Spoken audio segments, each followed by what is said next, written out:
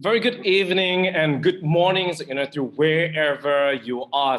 I'm just looking at the list of the right now, and of course, certainly we just not only have as a Malaysians viewer, but as we have viewers across the world. All right, okay, probably maybe it's a little bit exaggerating, but I do see that we have viewers from Indonesia, from United States as well. So once again, we thank you for being here. And yes, probably if you're wondering, why am I decking out in Chinese New Year costume? Simply because I decided since there are not many places that I can wear, this costume to this year. So myself, since this is our final shows, before the Lunar New Year kicks off, why not, we'll lift up some spirit, of this festive season, right over here. So once again, thank you so much for joining us as another live segment of AQ Connects, where we empower community buildings of entrepreneurs and investors networks, through learning and education as well. Especially brought to you by InvestAQ. Now, if this is the first time attending any of InvestAQ's show, please do give us a shout out by typing me. So we know how many newbies are right now with us over here. And of course, not forgetting also our viewers on Facebook. And hello to you, so yes, you are not left out, so we'd like to say hello to you as well. All right, so wow, there are a lot of newbies joining us tonight. Yes, hello Chati, hello William Lai, Grace, Susitra, Gina. Hey Gina, thanks for joining. Gina, just joined our group chat. Yes, so many exciting, inspirational people, in our group chat. And of course, for those who are regulars, with InvestAQ shows, give us a shout out, by typing, hey. So, we know like how many AQ supporters we have in the house. I really can't keep track, but this is probably our 60 plus our live shows. So once again, thank you so much for your continuous support. Now, for those who are new, with InvestAQ, so just a little bit brief backgrounds, about InvestAQ. So what we do is, we help entrepreneurs, business owners, or individuals as aspiring entrepreneurs to be maximizing, expanding the market presence to the right and the relevant as an investor community across Southeast Asia. So our mission is to be simplifying, automating, digitalizing investor relations. So you probably heard as public relations, but this is investor relations, that where it's a combination of marketing, finance, and also capital raising. So in a nutshell, if you think of capital raising, you want to grow your business, think of AQ. And AQ simply stands for adaptability quotient. Simply is a good reminder to ourselves and to all fellow entrepreneurs that whatever position that you are in, never stay complacent and always keep innovating for you to keep growing. As you can tell, that the COVID-19 pandemic has taught us a great lessons about staying agility and also adaptability as well. So all right, so I have to say that tonight's segment is it's definitely a very interesting one. I feel like the thorn among the roses today. So I have three strong and beautiful women in front of me, and what an honor for me to doing this right before the Chinese New Year. I hope Williams is not angry of me in this. But yes, this is actually our first time, all female segment. So it will be a bit less formal, for our panelists tonight because they're from various sectors, but they will share one similar common trait: the grit and tenacity. And this is what we're talking about. Three strong ladies, I'm seeing in front of my screen right now.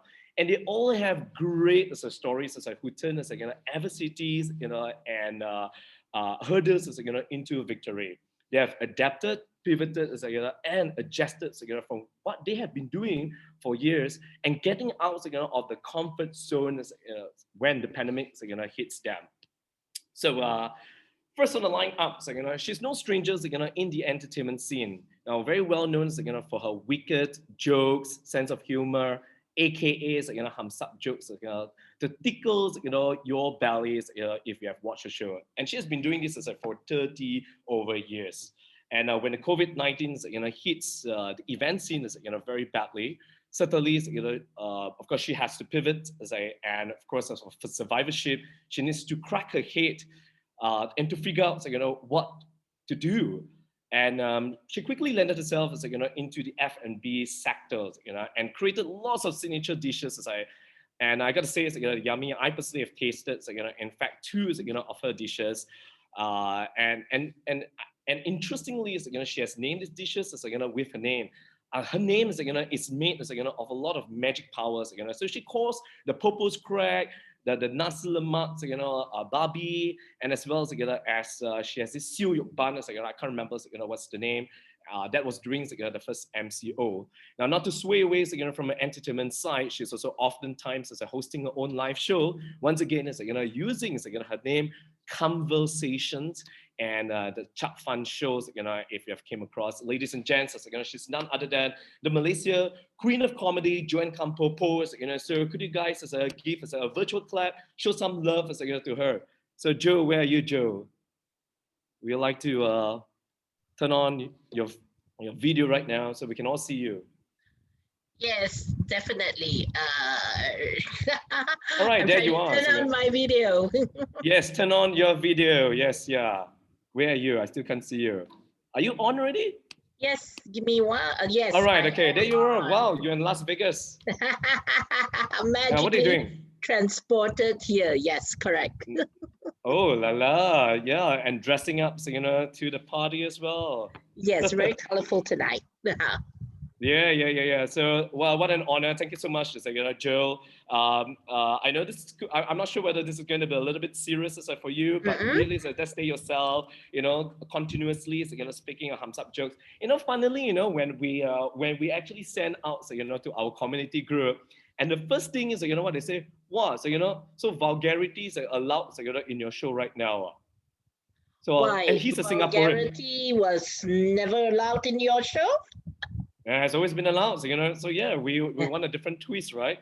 Well, it depends on, someone's vulgarity may not be someone else's vulgarity. Some vulgarities can be compliments. Absolutely, yeah. So I believe, the viewers, is in the house as well, because I believe he's a Singaporean and definitely, he has followed your show. So that was the first thing came across his mind. Oh, we are doing it, a different twist. So again, we'd like, to have a whole different personality, different individuals to be on board. Of course. But tonight, we're just not only going to talk, about Joanne, as the Malaysian Queen of Comedy, but we want to see, the other side of her, the seriousness part of her. And certainly, we're looking forward, to see the entrepreneurial spirit, that out of you, that probably not many people have seen that, right? Yeah, I guess those who are close to me are also finding this new, I guess this new side hustle of mine becoming more and more serious. So yeah, I guess I've been getting a lot of attention lately. Yes, yeah. Good so guy. certainly, Good guy. Looking forward to that. So now I'd like to welcome, the next panelists, or the next individuals, on the list. Now, she's someone very influential, in the local F&B scene. She may look young, but a lot of depth, and breadth is under her belt. And she's been doing this, for 25 years. Some people, call her. In fact, I personally know, the people who actually call her, the Taika chair in the F&B scene, where she uses her voice and advocacy, for this industry that she goes, beyond limit. And so when the first MCO, hits the nation, I remember this vividly, that where she was lobbying, the government office, and to actually plead help, from the government to help, the F&B operators, because for the very first times, this is like completely new to them, and they were clueless, and she really used her voice, for a good purpose. So since the pandemic hits, she has been unstoppable, I gotta say, doing many firsts, in her life, being a trainer, being a host, which I'm still quite surprised, she always had, some fear in public speaking, but from somebody who's managing a business and now being a frontliner and hosting her own talk show. So I can probably call her, she's going to be the next Oprah Winfrey, of Malaysia, getting there. she has also completed her NLP certifications during this pandemic as well, and formed many new labels under her belt, and probably there's going to be many more coming. So she has what, HAPA TV, HAPA Academy, Gen TV, hold that thought. So ladies and gents, she's none other than Jennifer Ong. You can say hello and please reveal yourself. Thank you so much for. Hi, Joanne. Oh my God, you're in Las Vegas. Yes, yeah, and these two ladies, they were also featured, and Joanne, also went to Jen's shows, or I'm not sure, like vice versa, but I remember seeing the both of you, in the show, yeah. Yes. So there you are. So that's Jennifer Ong, and last but not least, yes, as I mentioned, it's all female segment. So we have, the babies, for tonight's show. Yeah, youngest is on the line up, someone who is very passionate, and have always been speaking to me, of becoming the Forbes 30 under 30, and I can say that she's really on her way, and still a few more years, to become 30. So you can tell how young she is. I'm not going to break the bubble, but you can possibly guess, her age. I'm not going to expose that before my next, on the chopping board.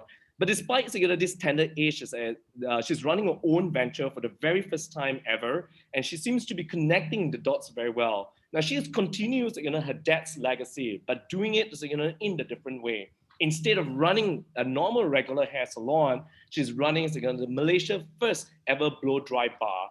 And she runs a business full of ethos, full of business mantra, philosophies. And because of that, she stayed true to her belief. And despite with the pandemic, she is just growing by leaps and bounds, I get to say.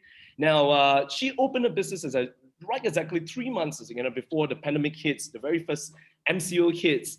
And there you go. The nationwide, went into a full lockdown, for 2 months. That means she unable to operate business, and she has also been supported, by a group of angel investors. Now, can you imagine the pressure that she's going to have? Now, in that 2 months of the very first full lockdown, she was working tirelessly. I remember I know this, because she was telling me the story, and she went completely, from a brick and mortar, which is shut down, and now have to go into digital e-commerce. And and she scrambled through, looked through the products, and they believe in one thing, if they don't believe in the products, that is good for them, they wouldn't even be marketing to the customers. And with that, the birth of the e-commerce was formed. And now here she is, she's running the first Malaysia first blow-dry bar, Cocodry, brick and mortar, alongside with the digital e-commerce. Ladies and gents, tonight presenting you Kim Chee, the founders of Cocodry. Hello, everyone. Hi. Hello. Thank you so much for having me. And I'm really honored to be here today, especially surrounded by amazing women like Jennifer and Joanne. To me, I really look up to the both of you, and I'm just started, and I've still such a long way to go. You seem to have some, well, I love the ladies here definitely seem to have supporters, not only from the males, but also from the females. So tonight is just not about female empowerment, so just to really give heads up, because I think when we talk about female empowerment, sometimes it scares the men, and we will lose the male viewership. They will think that a bunch of ladies coming together, talking about feminism, I think it's never the whole intention. But the whole idea of this is simply because, as I mentioned earlier, they truly have really great stories, and this can really apply to any possible individuals. And that's one thing what we believe is inclusivity. So, ladies, thank you so much coming on board on InvestAQ. You have you have your, so it's 8:30, it's 8:46, so do you have your glass of wine? I have water with me. So we're just going to keep it casual, right? You turn that from a glass of wine to teapot. From wine to water. I don't want to be the only one, having wine here, so. So maybe I'll start off with this. Jen, you are a host, as an aspiring host. Would you want to take over my role? What would you want to say as your first 20 seconds open liner? Now I'll pass it on to Joanne, because she will have a whole different introduction. Yeah. Hey. She will turn from the halal to the haram It's one. not my show. It's not my comedy show. Okay, but you can make this show a little bit more fun, so that's to let loose here. But Jen, yes, passing over to you, yes, give us a bright, dynamic introduction to everyone. Right. So thank you so much, Arthur, for inviting me to join these two amazing ladies. I think it's these kind of platforms are what we should be doing more, because I think when you talk about women empowerment, it's not about how women can overpower men, but rather, well, how can women come together to share our experiences so that we can empower more women in the future to become future leaders, to have more confidence in themselves, and to break this tabooness of equality, which I don't really buy. But moving forward, I think 2021 we didn't start off very, very well, but then again, who knows what's ahead of us? That if we could just, like my training buddy Amy Wong says, just turn all the fear into curiosity and act like a child. When just act like you're a 3-year-old, and you will find everything very adventurous and exciting ahead of you. So I am looking forward to all the adventures I have ahead. Yes. Trusting the process, trusting the process, right? That's what I'm hearing. Yeah. Joe, that was from Jen, and that's a little bit too formal. She still has some formalities. Will you want to let loose the crowd? I'm sure you have great supporters over here. You want to let loose? You want to be yourself? Yeah, for our AQ show. I have a feeling I'm only put here for entertainment factor. I'm kidding. I mean, for those of you who are from Malaysia, you obviously would have either seen my video, heard of me, or what do you call this? Well, I've been in entertainment for 30 years now. This year is actually my 30th anniversary in the entertainment industry. Funny though, a lot of people don't know is that I started in Singapore.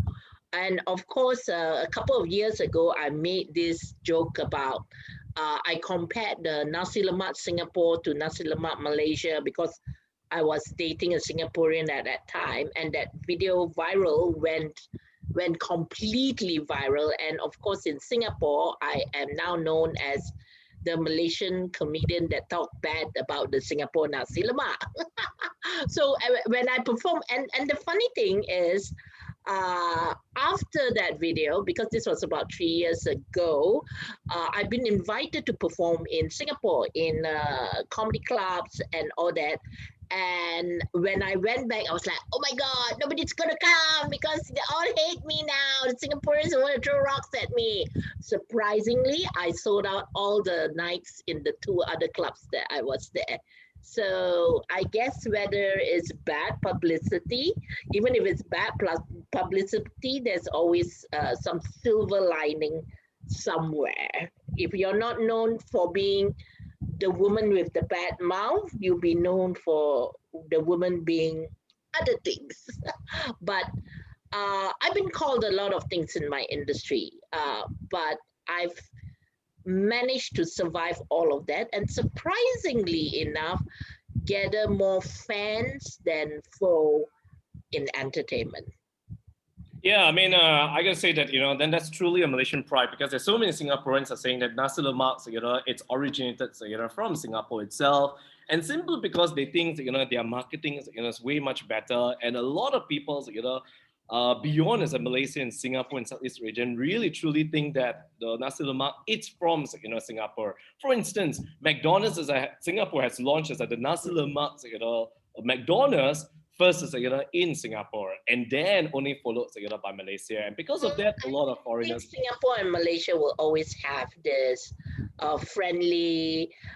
If you look at, I see Singaporeans as like our relatives, like brothers and sisters. But there are times when we hate each other, but there are times that we will come and support each other.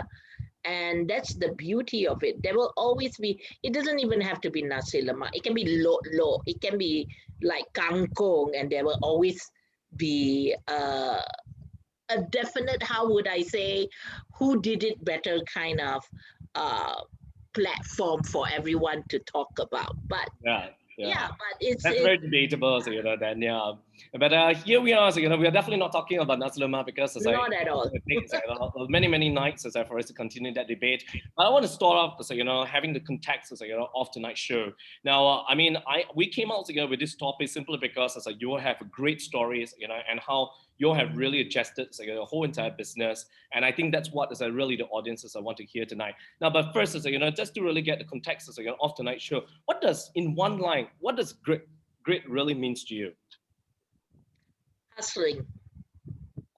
So, great. Yeah. I mean, we are all constantly hustling. I've been hustling ever since I started my career, and I guess if you're a hustler, you definitely need to have grit, because it's almost like, okay, if this doesn't work out, what can I do next? There is no avenue for you to tell yourself, no, I cannot do anything. This is all I'm good at. I'm a stand-up comedian. I should only be doing comedy. I should only be doing entertainment. I should only be doing FB Live. But you give yourself that restriction, And I guess because let's put it this way, when I started work, it was like 30 years ago. Of course, if you look at my face right now, I don't look older than 30, but that only means, when I came out of my mother's womb, I was already working. No, we all do, right? And we then. I mean, when I started entertainment, I was 19, okay?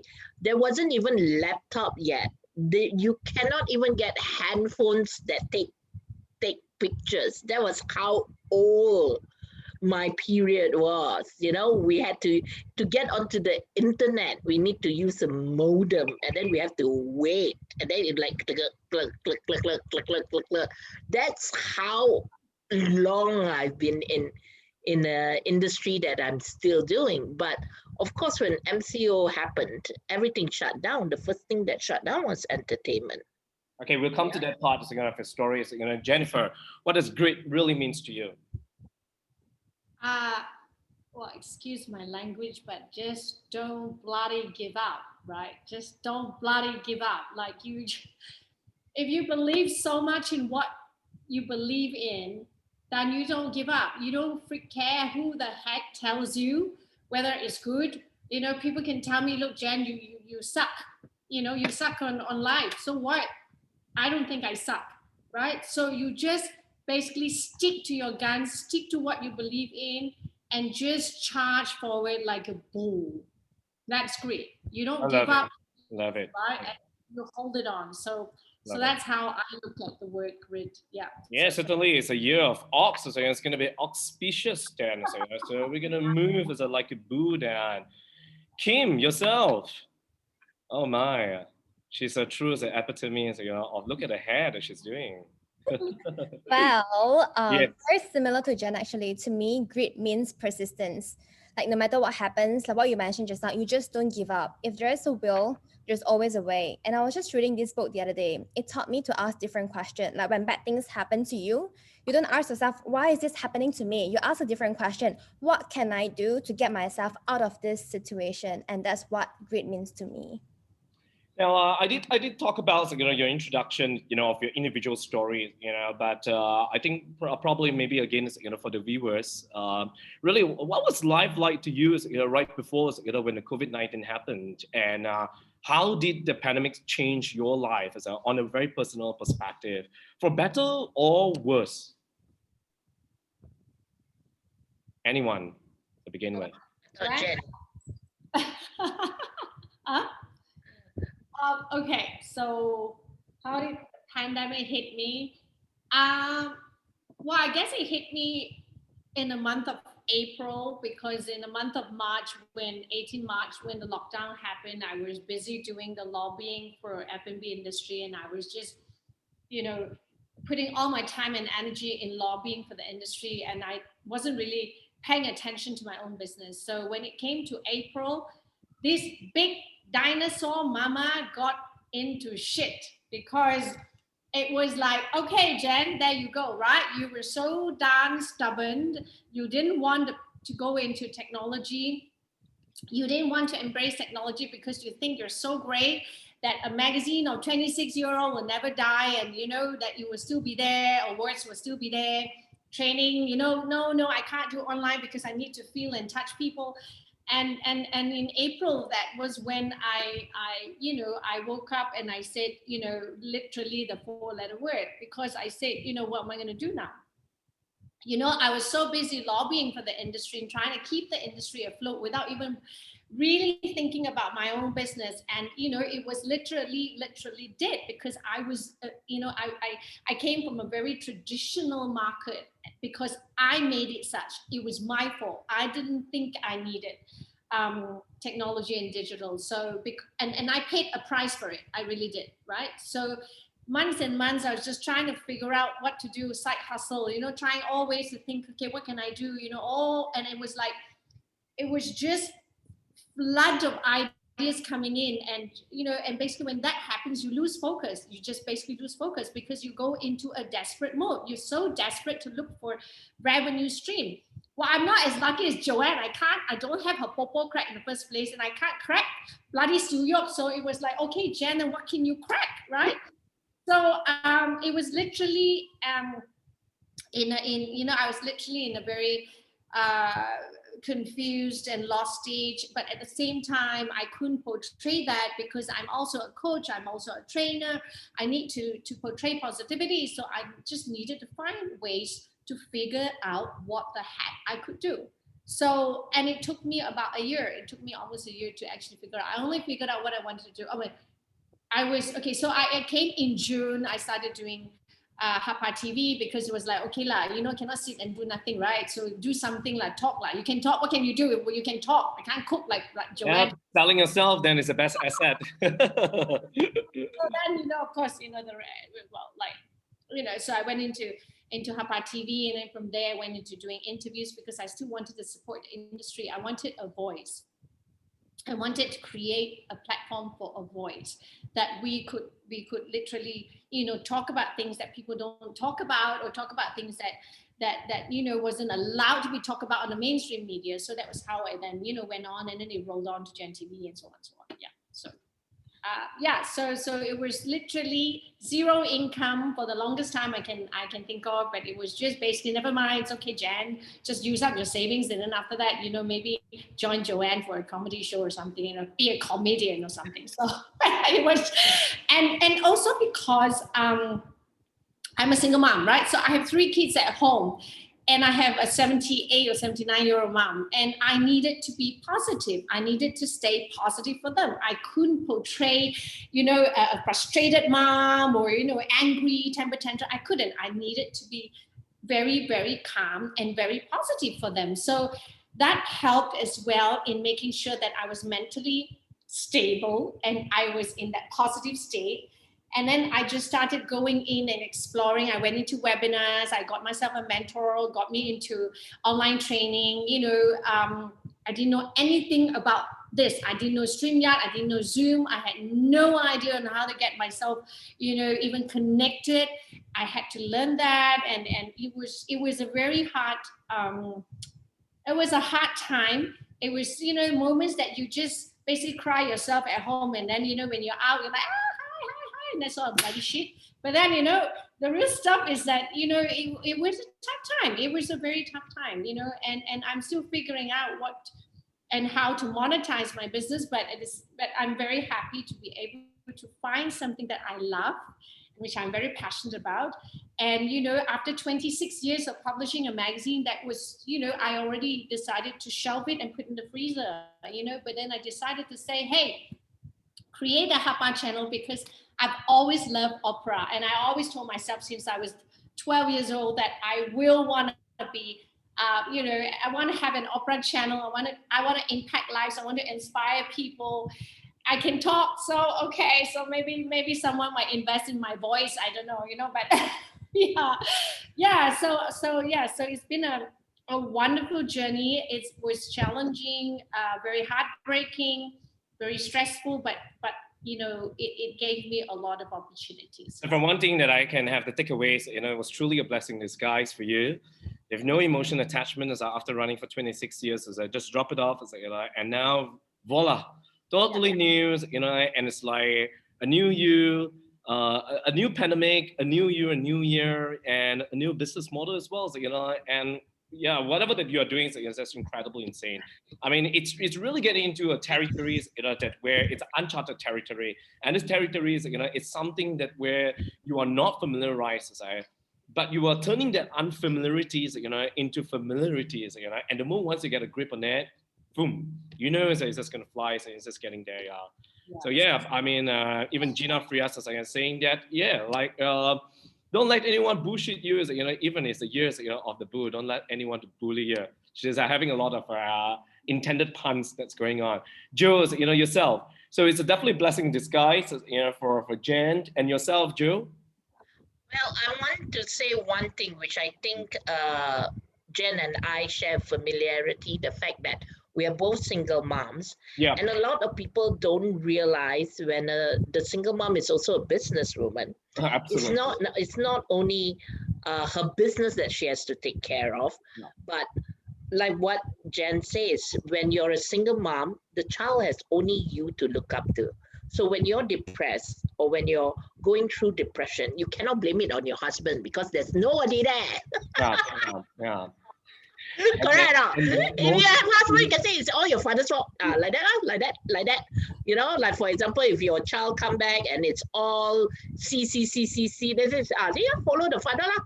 Follow the father all fail. Then your son also all fail. You my side all A1 one. But when you're a single mom, you are that child's only beacon, So once you're sad there were times when I was depressed. Okay, I'll tell you a funny joke. Okay, it's not a real joke, but it's something that happened really. So when the pandemic happened, the first thing to go was entertainment. All right. The hardest blow was MCs, comedians, bands, singers. No one was getting job because we couldn't perform gigs. Yeah. We couldn't perform live, and we're not talking about people like me only. We're talking about other people who are like the doyans of the jazz industry, people like Russell Curtis, like all these big names. I wasn't the only big name that wasn't getting any job, It's across the board. So it's like, what are we going to do if they don't allow us to perform? There was only that very short window that MCO ended and then events started, right? And that was the only time. But during the MCO, this was before I started Track, we were all doing a lot of FB live shows, all the comedians, everybody had an FB live show. Even my toilet has an FB live show. You turn on anytime, you can see 3 p.m. it's this live show, 4 p.m. it's this live show, 12 midnight also. I bet you turn on, there'll be someone doing some live show. But you must understand, all these FB live shows, especially for entertainers, the reason why we went on it is so that our creative mind don't die, so that we could still, with entertainers, we need to perform. If we don't perform, we die, right? I mean, inside lah, not outside lah. But yeah, so that was the thing. Everyone was doing FB live shows, but there was no money in it. It's not like you do one FB live show, you get 100 US, Then you do donation. 10. What about the donation part? I mean, there are a lot of entertainers, a lot of musicians who were doing that. Did that work? Then only later on, Arthur, only later on, So I did an FB live show as well. And I was one of the first people that did a combination live show, went to PTX, got people to come in. Okay. And honestly, with the live shows, we couldn't charge as much as, the FB live shows or even the online shows where you buy tickets to go in, we couldn't charge as much as the live shows. Yeah. I mean, of course, and you must understand, when the MCO started, I just finished Queens of Asia, which is the biggest production that I have ever co-produced, that brought down 3 solid female comedians, all right, from different countries, and it sold out for about 1,800 packs, so I was very proud of it. But then 4 days after that, lockdown. 4 days after that high, we got locked down. And then when we got locked down, we're like, okay, never mind. Can let's survive. Let's do 1 month. After 1 month became 2 months. After that, I say, I cannot already. How many FB live shows can I do? It's not bringing in, what do you call this? It's not bringing in the money to even like be able to sustain on a weekly basis, not even monthly.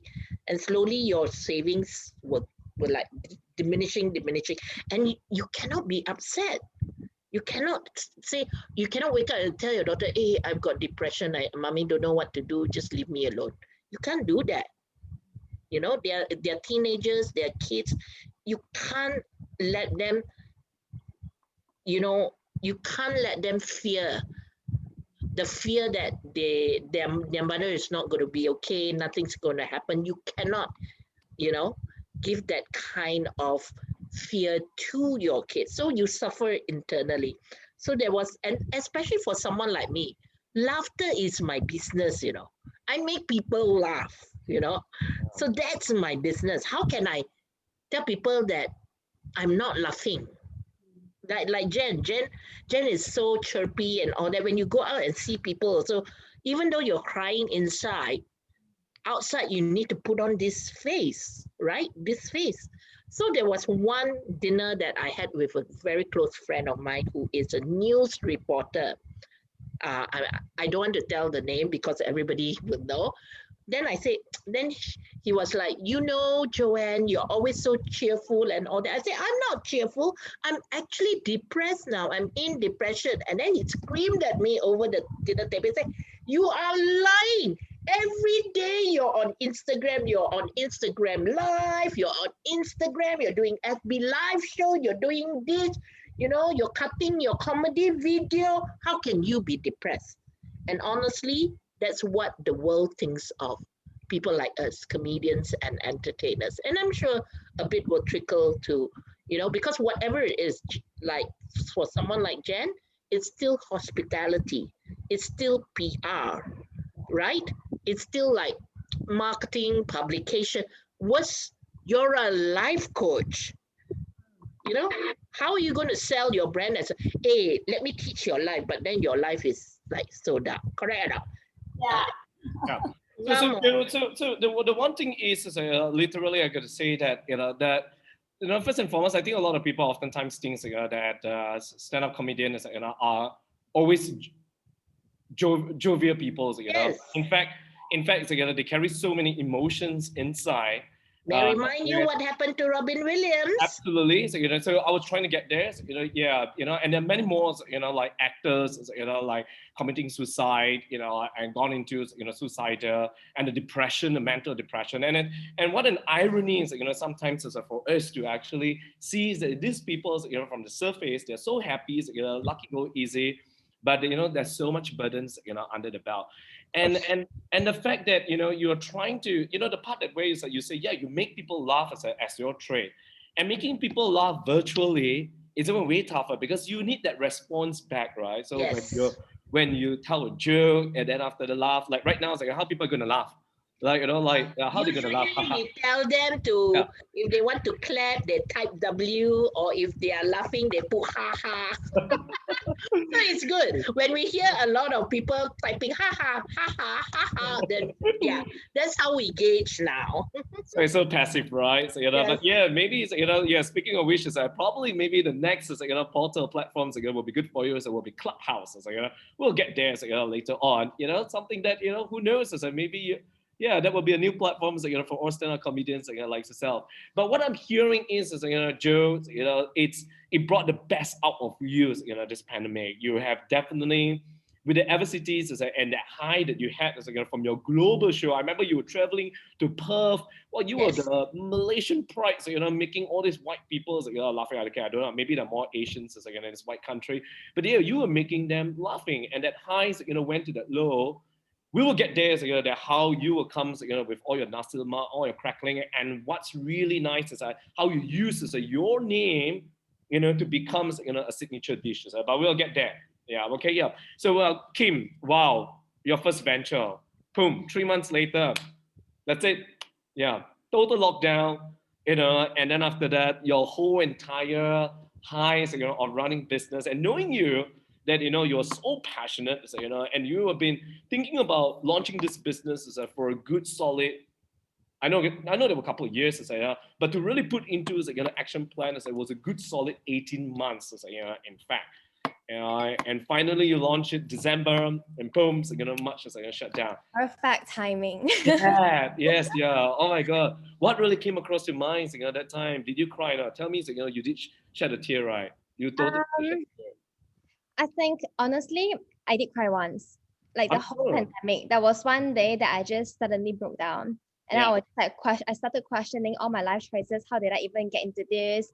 And you know, while I see a lot of my friends, and you know, like feeling FOMO a little bit when you see them doing TikTok, having fun, like all this cookery, and I'm like just looking at the computer every single day from like early morning to like late night, and only like I know that. You get what I mean? And it was And cracking the head stressful is how to go digital, e-commerce, which completely new to you as well, also, right? really new to me. Like I have like literally zero experience in e-commerce. So to me, it's like it's so complex. But once you've done it, you're like, okay, it's actually not so complex. So stop complicating things.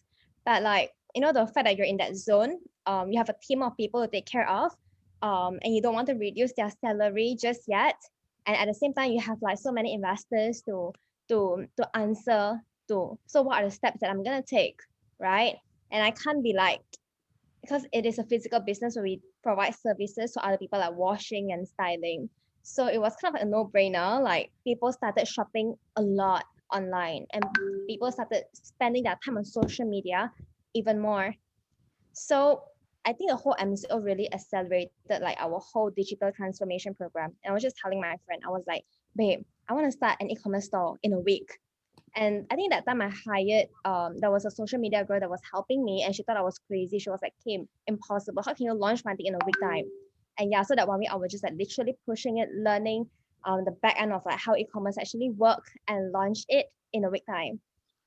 Yeah, so yeah, so that was basically what happened. No regrets. If it wasn't for the MCO, we might not even have an e-commerce store and pick up so fast. So it was really a blessing in disguise, personally for me and my team as well. So Kim, I got to ask you this: if COVID didn't happen, what would have been Cocodry right now? I mean, I know you guys right now are very strong on content, and it's amazing that how, I mean, so just for the references for everyone, Kim used to be working in one of the large creative agency. So she brings us the best out of creativity and to be curating content during the lockdowns. And in fact, that I'm seeing that she's just using all different platforms from TikTok, videos, and just playing around with hair. It's the powers of women's hair that way it looks so good on social media. Like imagine like Joanne's hair like that, so long, right? Can do so many different things. I always see her last time backstage. Yes, I will see you soon when we are allowed out. Yeah, like I always know it's already allowed out. yeah. Other one thing which MCO has given to women that men has never ever given to women. The most important thing MCO has taught women how to do tech. Totally agree. Correct, and then Totally. like Kim, she's like, I want to do it. I must do it. Yes. How to do it? Like Jay's like, ayo, what is this TikTok lah? What is? How do I do StreamYard? Mine also, correct button correct or not? Then I have to like WhatsApp message like, correct or not? I'm supposed to do this, is it? Am I supposed to press? A lot of buttons, Joanne, a lot of buttons. There were a lot of buttons, and then you're like, why cannot one? Why cannot one? Yeah, there are a lot of sticks that you need to have, all these rounds. Yeah, exactly. Hook at the right spot because you do the wrong spot and the thing. Yeah. So But we made it. We figured it all out. We made it. So it's the only thing that men could never have given women because MCO, we have no choice. We're like, okay, now I learned. Well, the one thing that, of course, is the lockdown helps men a lot. That where it has eased women's life as well is the grocery shopping and cooking at the same time. Right today, I know all my vegetables between the Europeans and the Asian. I remember how many women were assisting me. Random women assisted me at the grocery stores. So I think it's a good balance also as well. Yeah. So So so men learn how to itemize vegetables. We learn how to do yes. online pack. One thing, right, Kim, you know what I did during the MCO 1.0? I had long hair, right? And I don't wash my own hair. I always go to the salon and wash it and blow it, right? So lazy because I'm lazy, right? And So same time. so yeah, so troublesome. So what happened was I decided to keep my long hair during MCO 1.0. Uh-huh. Because of the stress, and I was, and like what Joanne say, right? We contain it. We don't literally, we don't break down and cry every day. So we contain it. So the stress level built up that I lost so much hair that when the MCO was lifted, I went to my hairstylist and she said, "My God, what happened to you? You've lost so much hair."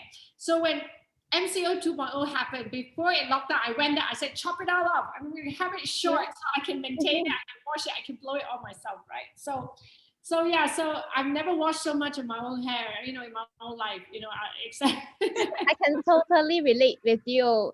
This time around, this MCO, the first thing when I heard about the MCO, I went to the salon, so I chopped my hair.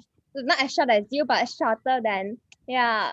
It's And what was easier to supposed to be manage. like, it yeah, was exactly. scary. It was scary. I thought it was scary during MCO 1.0 when I showered and I washed my hair. Literally, it's sort of like you can literally see that whole bunch of hair coming off. Oh,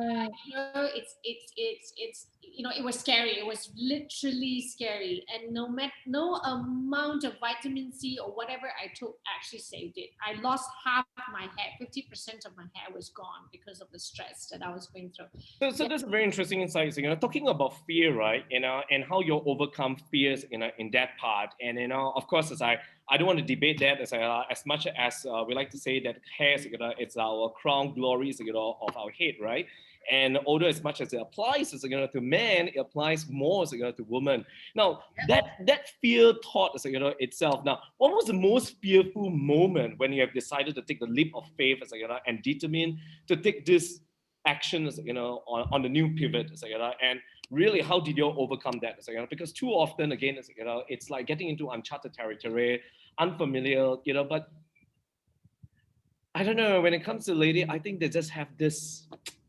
I mean, a lot of people are lost, during the lockdown, and in fact, that it's something very difficult for me to relate because honestly, William and I, we were just busy. InvestAQ, was created, out of the pandemic as well. We did, 60 over shows as to today. We're going to launch our AI portal, so it was just unstoppable for us. And in fact, every time there's a lockdown, probably I tell you, the lockdown, I was only lost for 3 days, and that 3 days I was very efficient to complete all my case series. That times I was what do you call that? What show is that really? Yes, the one, the crash landing on you. Everybody that was watching that, I finished that. Within 3 days. Like 16 episodes. It was remaining 16 episodes within 3 days. And that was the only time. Wait, you're talking about a TV show, right? Yeah, series on Netflix. Yeah, Joe's. Series, You only right? get Oh, Netflix, okay. yeah. Because when you mentioned crash landing on you, I'm like, oh, when did Arthur do like an entertainment show? Did he crash landed on someone? Or did he invite people to crash land on him? Virtually. Donate USD Yep. $1 to crash land on I don't mind being crashed, me crashing other people, yes. But the fact is that there are more people who are depressed, and there are more people, so in fact, interestingly, William and I are also going to create our next venture, helping people in mental wellness. But we're talking about fearful. What was the really one thought came across your mind? How do you overcome that fearful moment itself? How did that trouble you? Who wants to start? Round robin. spin bottle. Yeah, spin bottle. Kim, you start I first. go first this time. Sure, yeah. Well, sure. Era's pointing to me right now. Fear. Actually, a lot of fear actually. I was really scared that the cash would eventually run out. I was so scared that I would lose my investors' trust as well, and I'm so scared that the whole thing is just gonna like came crashing down, and if I were to start it again, and I know I don't know if I still have the confidence to do so. So in my mind, it was just like, no matter what, I have to, like figure out, no matter what, I have to make it work, no matter what it needs to generate cash.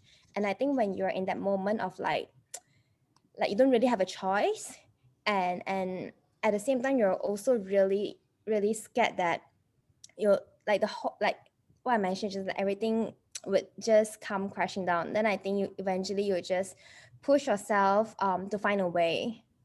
Yeah.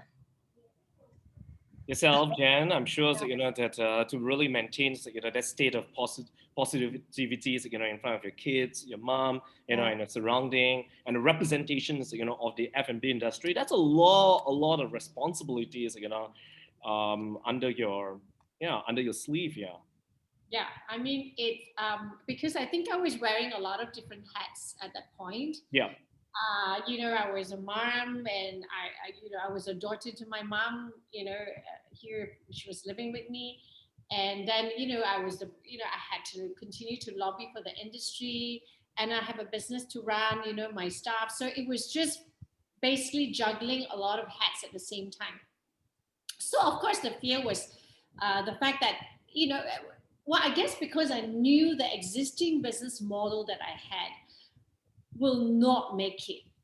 And I know that. I know for a fact. So the point was to look for new ways to pivot. Everyone spoke about pivoting, but what the heck do you pivot to? That was the problem, right?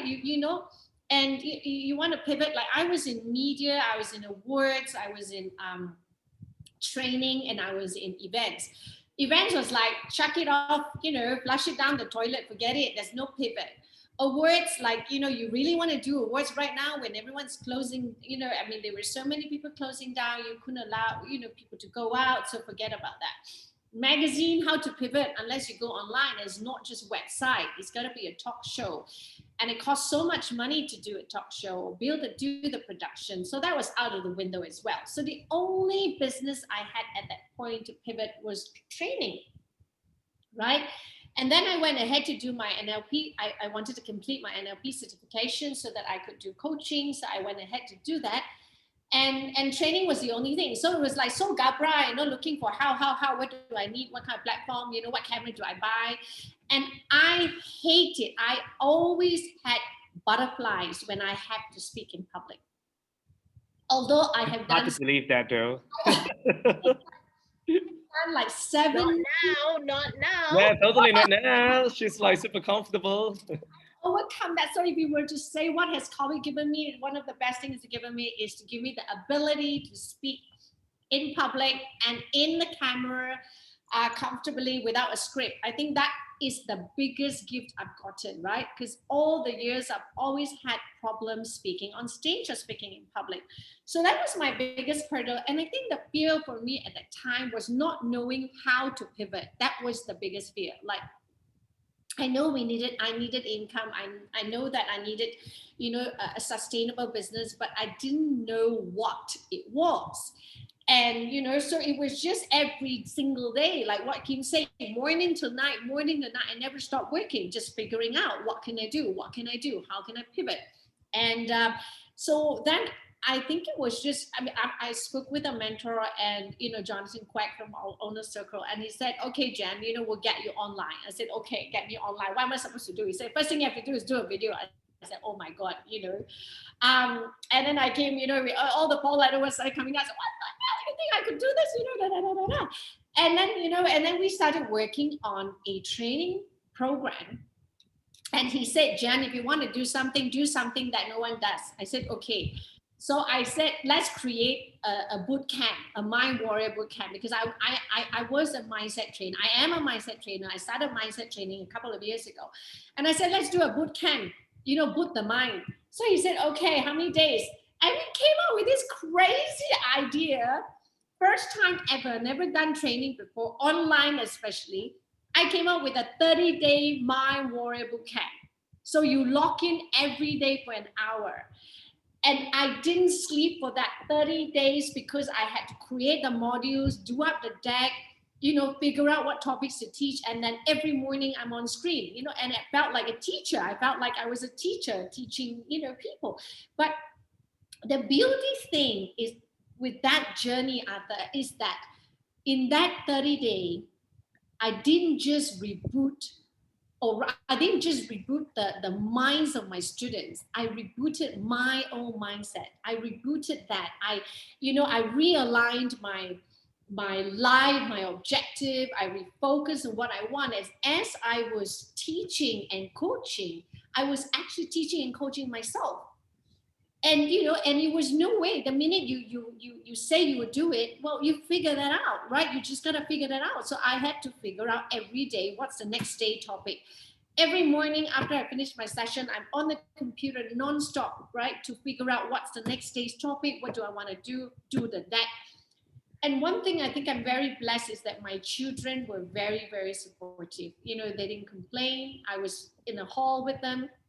They see me working. I mean, they're always with me. So I had a very good support system at home, right? So that was and when I did that 30 days was the day I overcame my fear. Wow, that's really insanity, But you see, that is where, really thunderous applause, to you. But that's the time, so at the same time, that where you got yourself involved, so while you're coaching and mentoring others, you are evolving, at the same time, and the whole metamorphosis, was taking place, in you, because you were just absorbing, all this knowledge, in you immensely. And hence, you have expanded your horizons, and naturally, I think that was definitely certainly a new birth, out of you. And I remember that part also, because it was after the Warrior that's where you started launching. Oh, I'm getting comfortable right now speaking in front of the camera, and that's where it was the point that where you had all this. I don't know, HAPA and Jen already. I also cannot keep track already. There's so many channels, from Delivery La, from Food La, and then after that. Now it's getting into something serious. And then how professionally you have changed the whole virtual background. I think you have, if I'm not mistaken, I mean, the only reason why I know this is because Jen is, you see, that's the power of social media. You're connected in a sense, despite not seeing each other, but with the content that's being shared, I was just really keeping track, with everyone, and there you are. You really just kept upgrading, yourself, with the whole virtual background and all right. I mean, the whole virtual background thing, Arthur, came about because I was blessed to have been connected with a studio partner, right? Yeah. Events where they believed in what I wanted to do. They really did. And they say, Jen, that we see it, we know what it is, and they say, let's do this together. So I think that's one thing about grit is that if you hold on to that belief and you hold on to that passion and you continuously fight for it, that will send a message out to the universe, and someone will come to you and say, okay, this is what I want. So I think the marriage that I had with the studio was the miracle that I was looking for. So so it was good. Joe, it's entertainment. It's you're gonna potentially or possibly lose, that rice bowl, and yet, you have found a way, a method, of creating F&B dishes. Getting into it, was this something that you really had in mind initially, or everything just came, seamlessly, and that's mind my language is about F it and just do it. Well, I think entertainment will never die, because if entertainment die, you won't be able to watch Crash Landing on You or you crash landing on anyone else. So in that aspect, I need to correct you there. But entertainment, the type that we were doing, was taking a back seat, because even for events company to pivot and try and do digital online events, they were not that how would I say, they were not that fast to convert. And even when they convert, the demand wasn't there. And there were a lot of event companies out there that were also struggling, you see. So it trickled down from events company, trickled down to, of course, entertainers, right? So then I think I started Popo's Crack in May. So March was my last show, Queens of Asia. And then we went on lockdown. April, and May I started selling because after a month of no income and your savings were dwindling, that I mean the fear is, how are you going to feed your daughter? How are you going to pay rent? I was already owing rent for 3 months, how to pay electricity. What if they cut in the electricity, things like that. And I'm a good cook. That one I know. And I told myself, okay, what is the main thing people will still need to do, even though there is a pandemic going on? And I realized, oh my God, everyone is selling food, And it was a very because all of a supportive community sudden, at the same yeah, time. the community, all of a sudden, Facebook groups, what do you call this, popped up. And a lot of groups popped out, and there were a few groups that went from a few hundred to thousands to 30 over thousands to you. In order for you to join the group, you have to be invited by another member, and then the administrator will take a time to vet you, that kind of thing. So first thing I did, I joined all the auntie group, all the mothers group. I joined caring mom, uncaring mom, my delivery, your delivery, that delivery, everything I joined just to see what people were doing, and I realized a lot of people pivoted into food.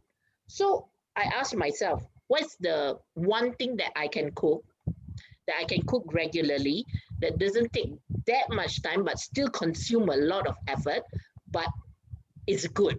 So it became like, I realized that, okay, one of the best dishes that I've done is siu yo, right?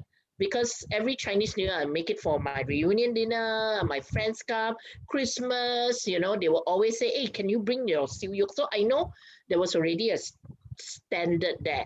So when I first started, I just post on FB. And of course, the first few weeks, it was all my friends, my fans, it's, and I only gave a limit. I'd be like 10 a week. That means sold out.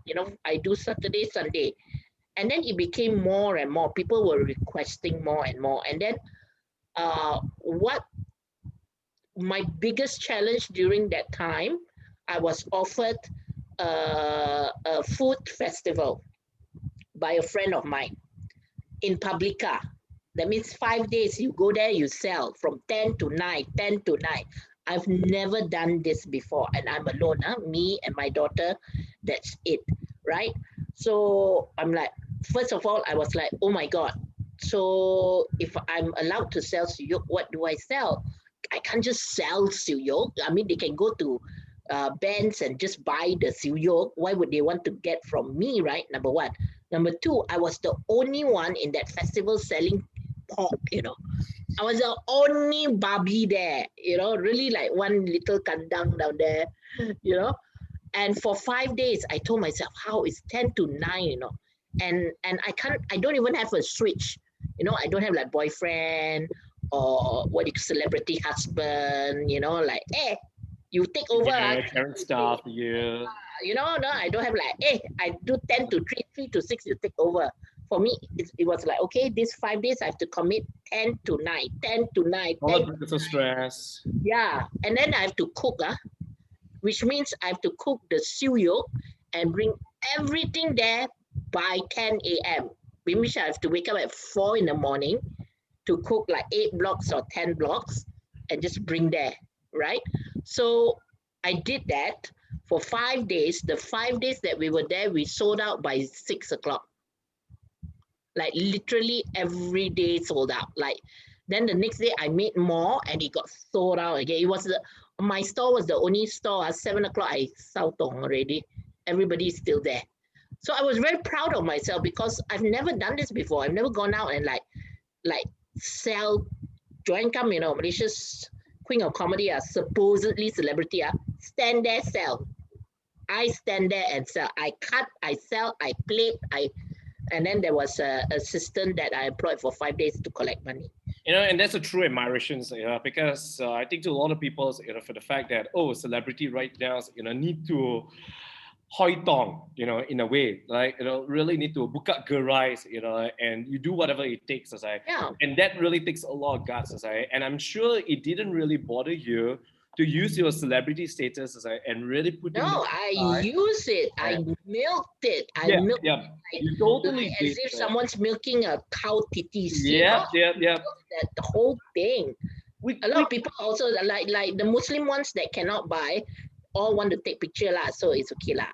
Now, Joanne, this is an interesting thing. So you have that celebrity status. What will you tell, you know, an aspiring business owner, or even as, you know, our live viewers, in the event, if they want to do something, they want to create something out of it, but probably maybe they don't have a very unique name or flamboyant name like yours, because your name, you seem to be able to play around, you know, with your name very well. I'm lucky in a sense that I've been given a name that I can play around a lot with. Yeah. And that humsupness levels, you know, also can be amplified, you know, where how you use the come, this know, is in many contexts too as well.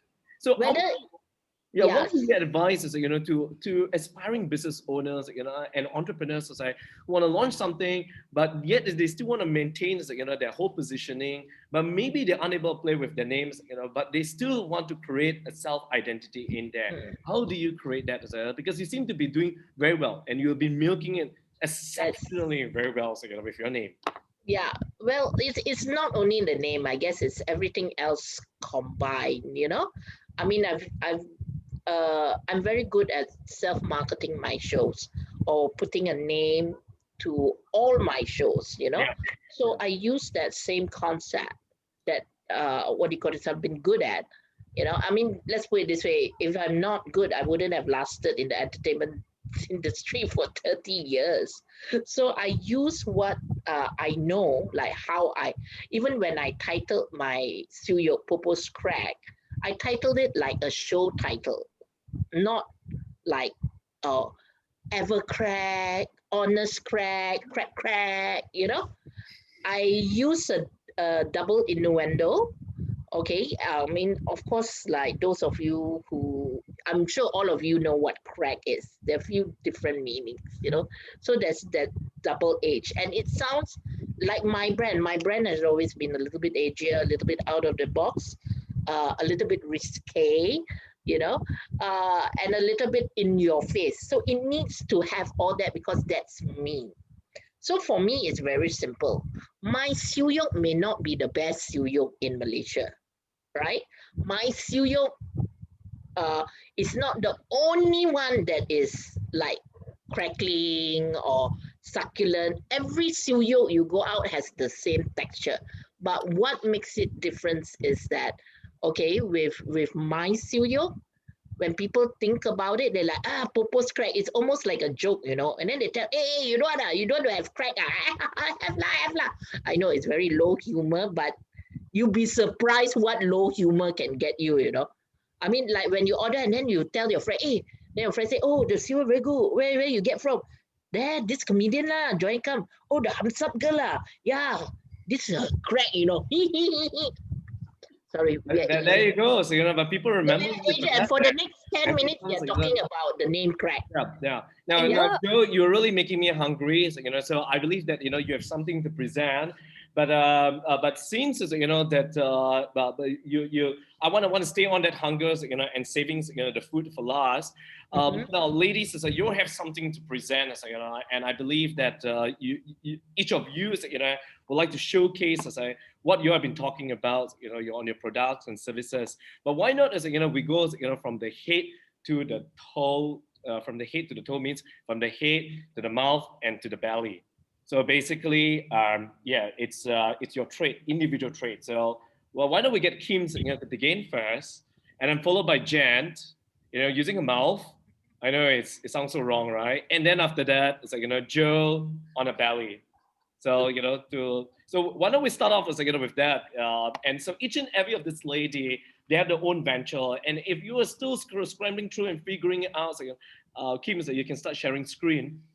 So if you're still wondering, so, you know, what is actually they do, you know, so there you are, so, you know, our presenters are these ladies to actually be giving, so, you know, espressos, you know, of 5 minutes each. And if you're excited and interested, so, you know, to be exploring more, so, you know, with them, we also will be flashing, some links, in the comment box and the chat box. Again, to all the live viewers, on Facebook, you are definitely, still, we're still saying hello to you. We're still prioritizing you over there. So don't worry, you are not being excluded. So yeah, over to you, Kim. Okay, sure. Okay, it's like everyone was laughing just now and suddenly it just got so serious. It's like a full-on presentation. Can you guys see my deck? All good. Yep, it's all good. Yeah. Okay. All right. Okay. So my name is Kim, founded Cocodry. So Cocodry is basically a blow dry bar. So we're like a salon, but we don't do cuts and we don't do color. It's just strictly washing, blowing, styling, and natural scalp and hair treatments, and that's where we stand. So this is how the storefront looks like. We're located at Bangsar, Tree. Yeah, so we're Malaysia's first blow dry bar. So we have now, I think, look at the time right now, I think we have served more than like 4,000 customers, featured in more than 10 online medias, and we launched our online store last year in April. So to us, it's not just about like the skills that we provide. It's about making how we're making our customers feel every time they visit us. It's about customer experience. It's like when they're stressed, we're there to give them a head massage to wash their problems away. When they have a job interview presentation, we want them to feel their best. They have their date night, we want them to leave the best impression. And yeah, and we always want to be there for everyone to make them feel confident, not just on the outside, but also on the inside as well. That's what the CO stands for in Cocodry. So yeah, like Arthur mentioned earlier, the three beliefs that drives the reason why I started Cocodry and why we want to make a difference in the beauty industry. So the first one is confidence, because we believe that women, it's not just about like how you look, but it's about how you feel from the inside as well. And at the same time, we are also creating a community of customers who come together, and we call that Coco Nation, and connect with one another, always listening to them, and that's how we always strive for the better. The third one is actually natural products. So we handpick natural products that are good for scalp and hair. The reason why is because there's so many, I don't want to label any salons out there, but certain products have harsh chemicals, and it's just products that I won't even use it. So that's why when I started Cocodry, I knew that I have to try every single product that we bring in. And if we don't believe in it, it doesn't work, we won't sell it to our customers. And that's where we stand. Yeah. So like I mentioned to you, customer experience is one of our core values. So a lot of like, other business out there in the industry is about like the hairs and everything. But to us, it's all about creating meaningful moments and happiness and joy and confidence that we bring to our customers. So you can actually see from the photos that I'm showing you here. So like this couple, they were actually spending their 7th year anniversary, and the guy was like, oh my god, like, I want to surprise my wife, she will love this concept. And yeah, and they were so happy. The wife cried, and when we turned the chair to the mirror, and she was like, oh my god, and the guy was like, oh, you look so beautiful. And this is like the moments that we truly treasure.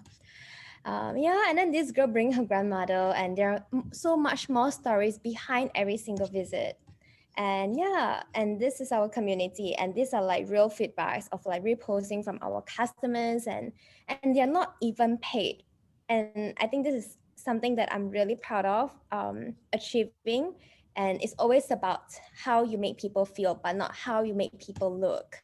Yeah, so it's not about, oh, your style is so beautiful, but it's more of like they love the energy that we have, and the general work culture that we had. And even people would like send us so many resumes just to work with us. And I never imagined that it was gonna be this way when I first started. And yeah, and other than that, we have been really lucky to have worked with so many brands. So namely Dyson, Shiseido, Velvet Vanity, Babel, Nelophar. I'm sure you guys know the brand. And recently during Christmas, we even work with Urban Decay and Sephora. So like these are the brands I never thought that, you know, like a local salon could actually work with. And, you know, they were so generous in, you know, like giving us samples to sample our customers. And yeah, I just feel very blessed and lucky along this career journey as well. And these are the features that we have had so far in Tetler, Mary Class, Says, BFM, and we actually don't pay for any of this exposure. So it's like we invited them to come over and they love it, and they just, you know, start talking about us. And they have driven so many customers and people to us as well. And yeah, so these are just examples of like the articles. It's just an intro that for you guys to know like what Cocodry is all about, what we stand for. You guys have There any you go. Thank you so much, Kim. So, you know, so in the event that you want to check out, so, you know, more of Cocodry or also Kim's as a profile, all the links as are flashed, as you know, on the screen in the chat box, as you know, and also in the comment box, as you know, on Facebook at the same time. So do reach out, you know, to her personally for any strategic partnership or collaboration. So very quick question is, you know, Kim, yeah. So do you have any intention to hire guys, or you're just gonna hiring girls today? Because I know I only see all females, and I know one of the ethos is, it's female empowerment. I know, you know. Yes, you know it. So will you ever hire guys then? Will guys? Good question.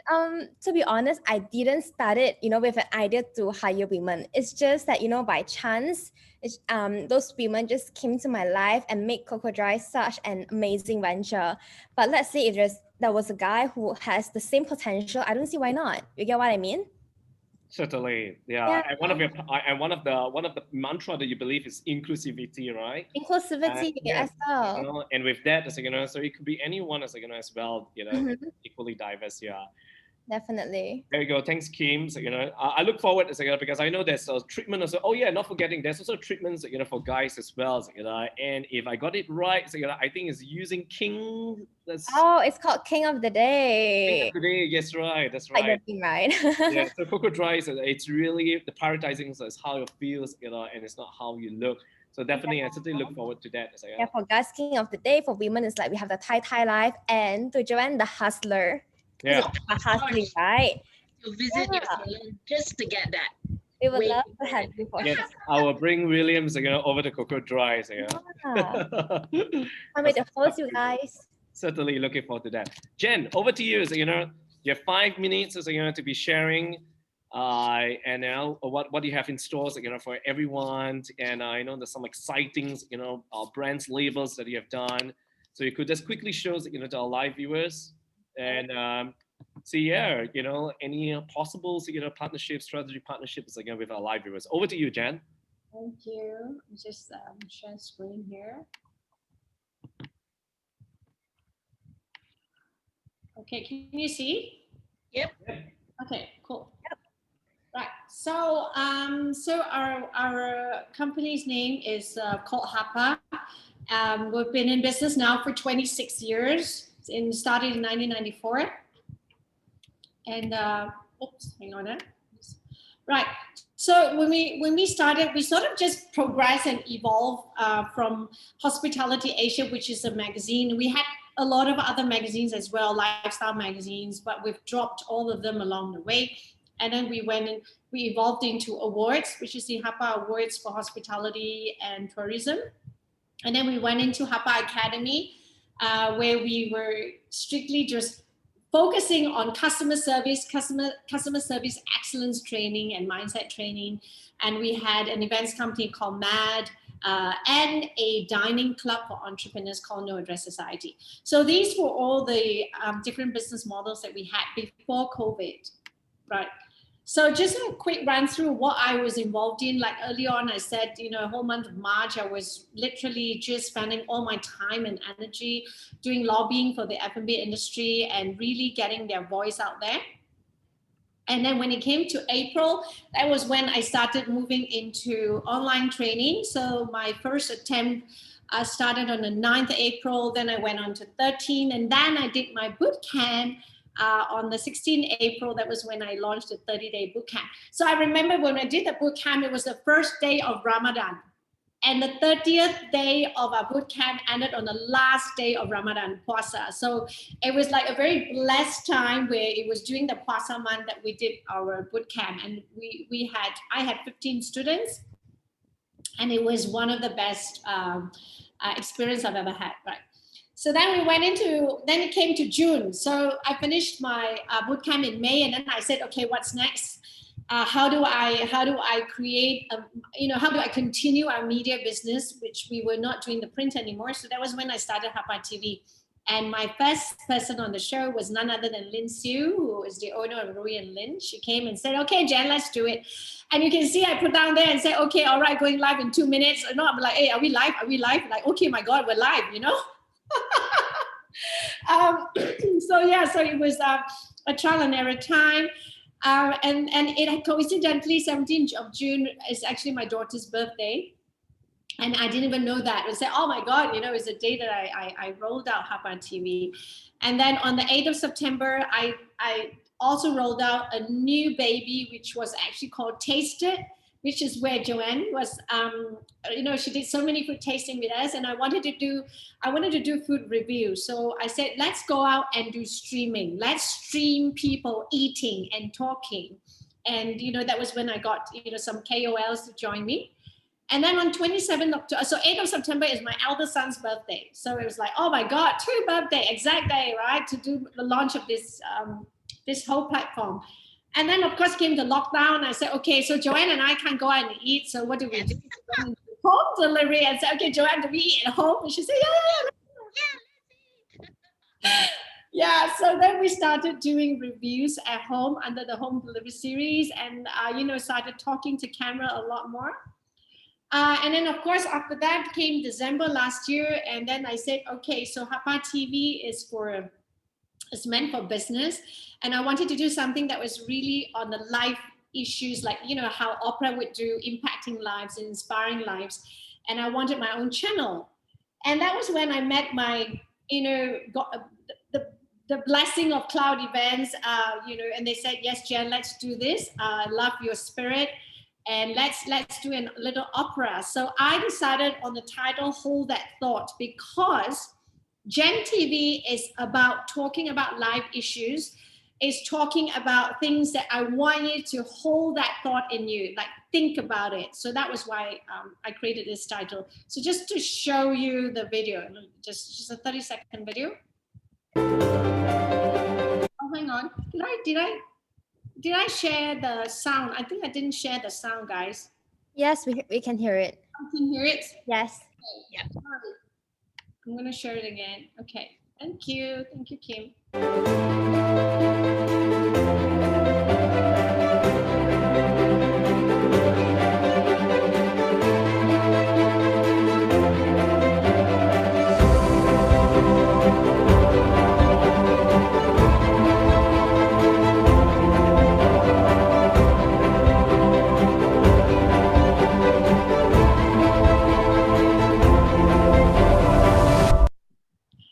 Yeah, so basically that's what I did on the 12th of December last year. I actually launched Gen TV. And just to give you a little bit of what we want to do, other than just hosting shows and talking shows, Gen TV is going to be a platform where we incubate young talents to come on the show, where we groom them and create shows with them. So Gen TV is going to be eventually just a platform where people can actually come on board with us and create shows with us. So they can do their own content, we groom them, we train them, and then they can stream it on our TV channel. It looks like we'll be doing more shows together. And I was just thinking, Joanne, I was just going to ask you, we would love to have a Joanne come comedy, on yes, actually, someone just approached me. They say, why don't you use your name and turn it into comedy? I'm like, yeah, why not? Because it works. Kamedy. Yeah, yes. So we'll talk. I've been meaning to talk to you. But now ladies, sorry to break the bubbles, but yeah, Jen is, you'll spit it up, and then after that, we'll pass it on, to Joanne. Yeah. Okay, so next is the Hospitality Asia magazine, which is a 26-year-old magazine. Now we've actually gone on a channel which will be rolling out in March next month.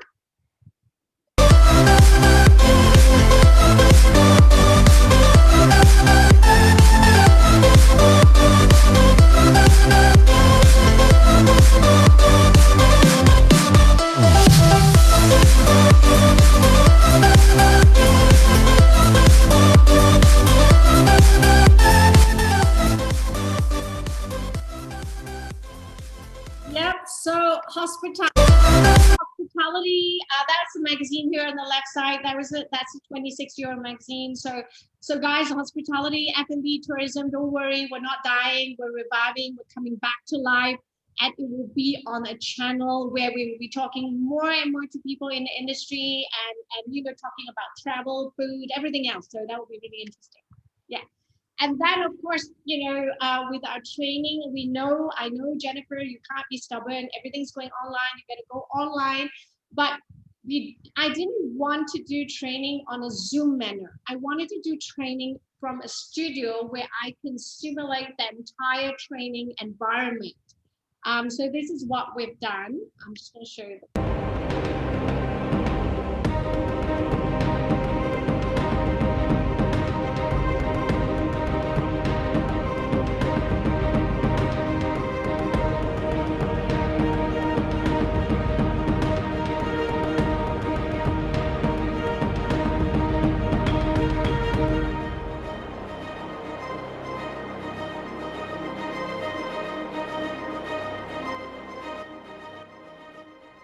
Yeah, so there'll be more programs coming. What you can see there in the photo, that's the traditional way where you put out whiteboards and everyone's sitting on the round table.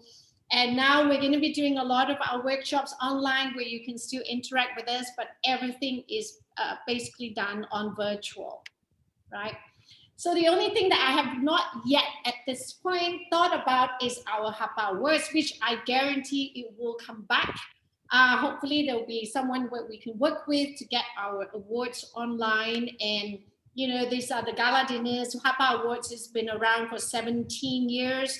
It's an awards program that we do regionally in all different regional countries. And, you know, I would love to bring the HAPA Awards back and the spirit back in this, you know, Oscar style. Yes. So, yeah, so if you need to contact us, these are my links. I don't know if I should share it now or later, Arthur. No, it has already been shared already, Dan. There you go. Thank you so much, Jen. And there you are. So, you know, if you're looking something, so, you know, into tourism, hospitality, F&B, so, you know, or even personal development, so, you know, coaching, look for Jennifer Ong's, you know, and all her contacts, so, you know, our flashes are on the screen right now, as well as, you know, as we have connected, so, you know, all the links in the chat box, as well as the comment boxes, so, you know, on Facebook. So do reach out to her. So, you know, thank you so much, Jen. That was definitely very refreshing to see that how you put everything, so, you know, into a professional video. Truly a digitalized person right now. Last but not least, we saved the best for last. And of course, this is the moment that where it's time for me to also feed my hunger as well, since I haven't had, so, you know, my dinner yet. So I believe after hearing some crackling roast pork, so, you know, from our friend over here, yes, over to you. So, you know, the show. Okay, so don't worry, I'll take very little time.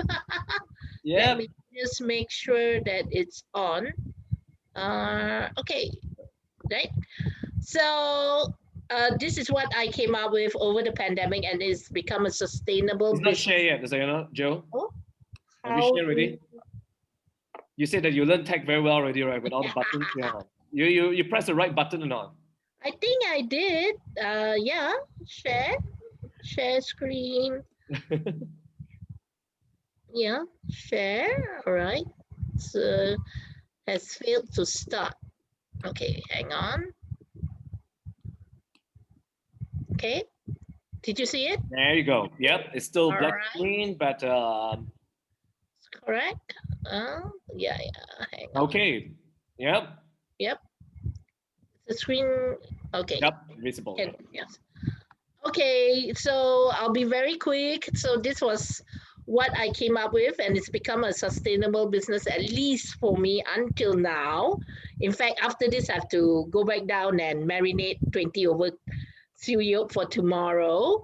So basically, this was written last year. I was in the industry for 29 years in the entertainment industry. So of course, in order to survive, because entertainment during the pandemic was very slow, I created this seal yolk to sell. And for 10 weeks straight, it was sold out every week.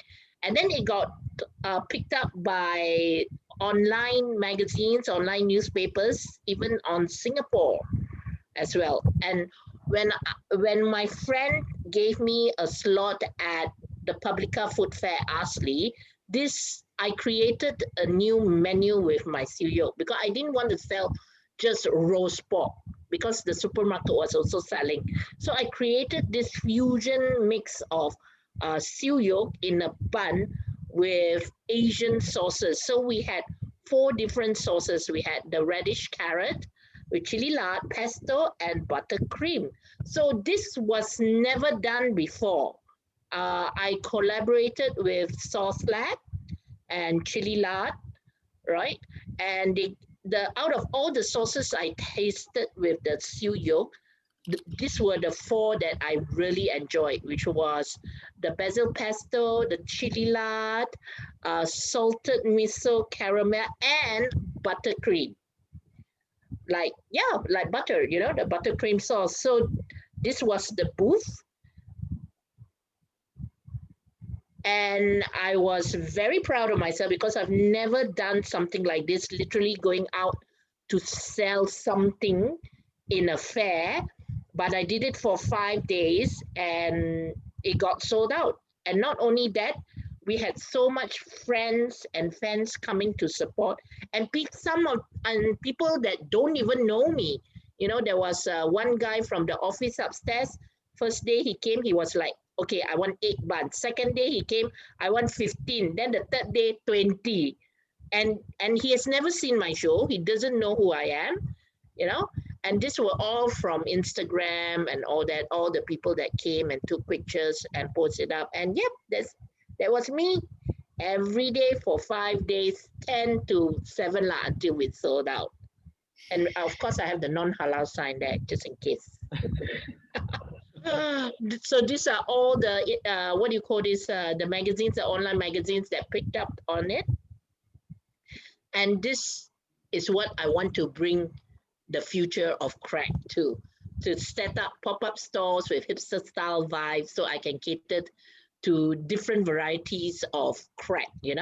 Because there's still so many things that I want to do with my crack, but I just had there's no space to do it because I'm still I'm a home entrepreneur, so I'm operating from my house. But the future of crack is, yes, to have pop-up stores everywhere. And this is what I want to bring it to the next level. I'm already selling the nasi lemak seal yolk. When I first started the nasi lemak seal yolk, my first week we had 70 over orders. And my nasi lemak seal yolk, I must say, it costs about 28 ringgit, right? So I didn't know that it would fly, because for me, it's like, who want to pay 28 ringgit eat seal yolk and nasi lemak? Well, I thought wrong, because it just went crazy to a point that I had to stop it for a while because it was just getting too much. But this is the kind of menu that I want to, invoke, and that I want to continue to expand on my crack list. We also did hampers. This was for Christmas. And it was so funny, when I did the hamper, I didn't know it would sell. For me, it's like, I sometimes have this self-doubt, but even though with my self-doubt, I still go on and persevere and do it, because the most we can do is fail, right? And then you pick yourself up, you continue, and then you find something that people will want to buy.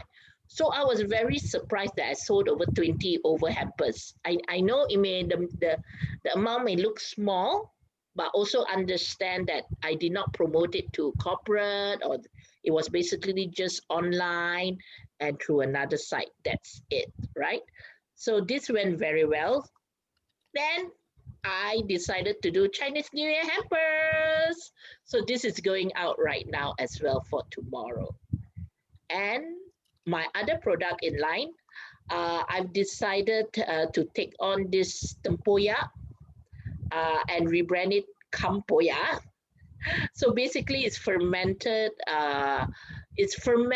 durian with chili padi and ikan bilis. And when I first tasted it, I was like, oh my god, I just need to put my mark into this.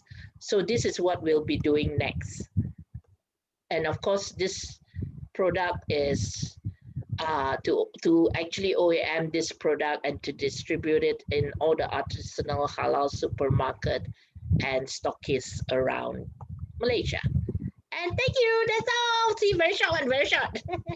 And you Now, can. is it going to be? So what about your entertainment? Is it, will you want to share anything on your entertainment? I mean, you have your F&B. What's in store for you? Is it, I mean, I'm sure.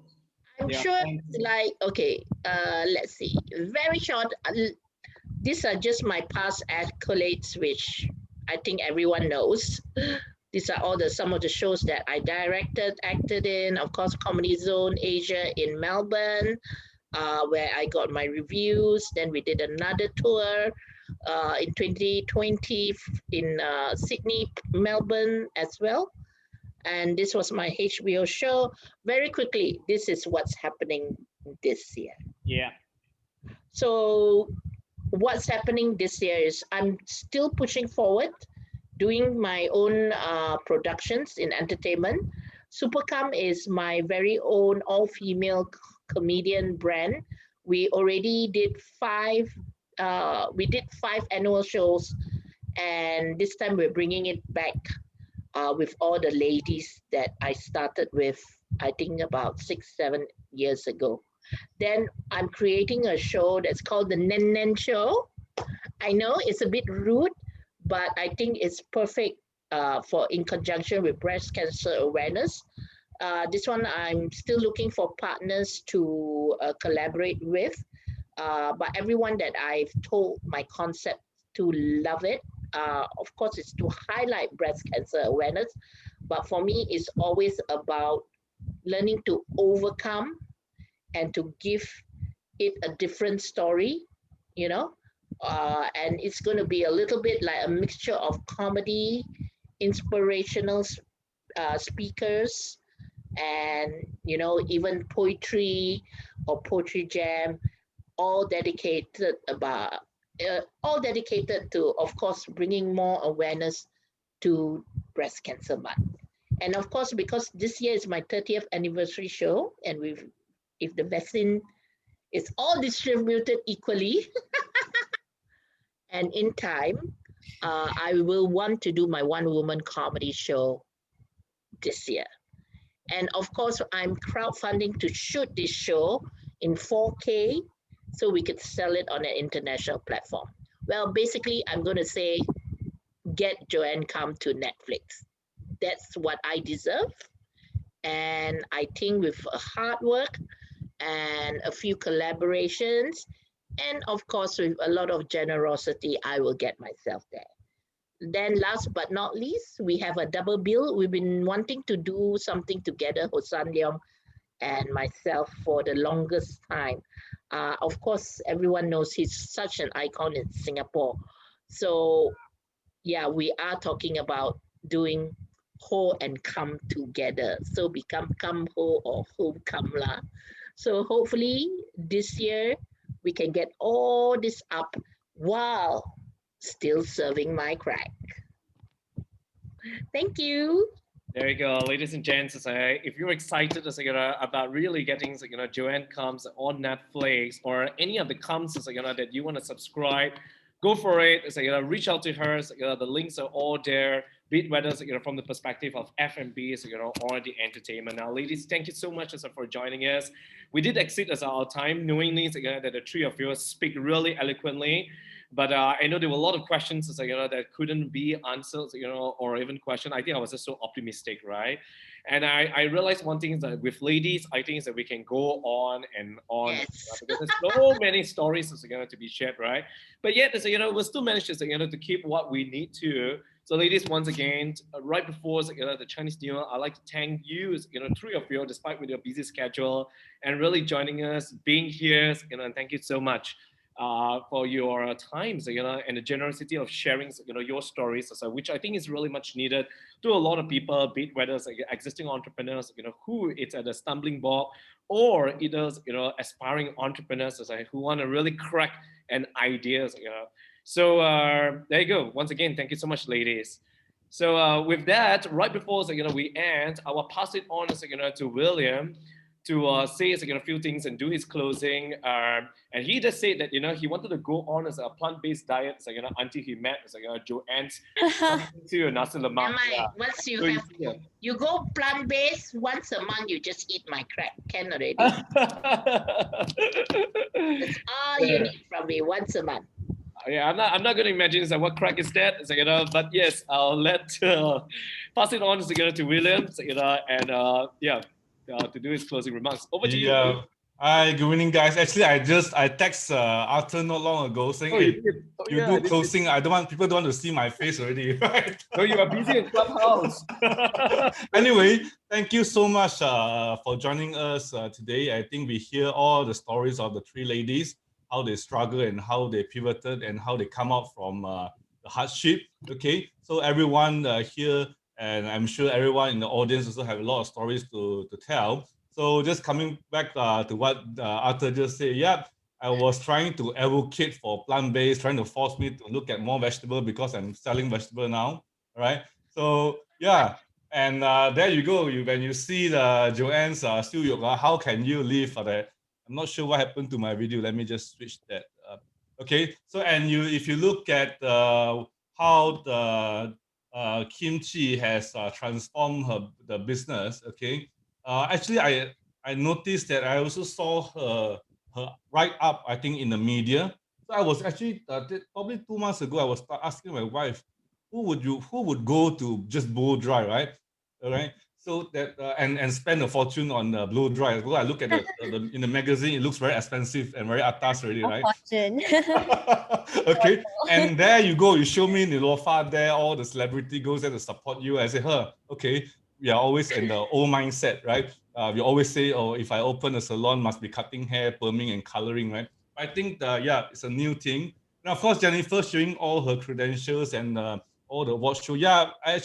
I like award shows, not to receive it, but to award it, because I know a lot of my friends who do the awards shows actually are making good fortune, of course, before COVID. And now we just need to think of how to revive it again. And of course, your Oprah Winfrey show, we were actually having something we want to do, actually AQ Edu, and there you go. Okay, that actually is exactly what we actually plan to do. All right.